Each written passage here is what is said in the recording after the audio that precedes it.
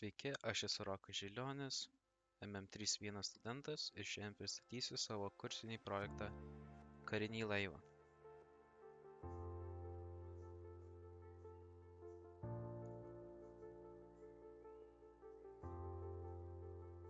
Pirmiausia, sukūriau laivo korpusą naudodamas kreivės ir loft metodą. Tai leido išgauti tolygius paviršius ir tiksliai kontroliuoti laivo formą bei jo siluetą.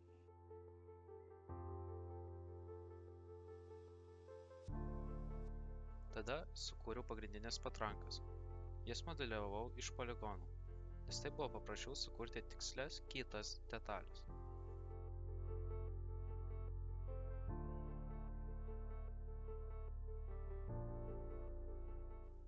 Taip pat naudojau poligonus ir kitom patrankom.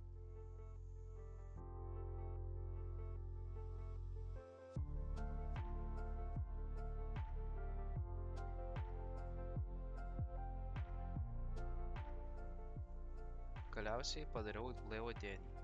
Jį kūriau naudodamas tiek kreivės, tiek poligonus, kad galėčiau lengvai sukurti ir pagrindinę formą, ir smulkesnius elementus.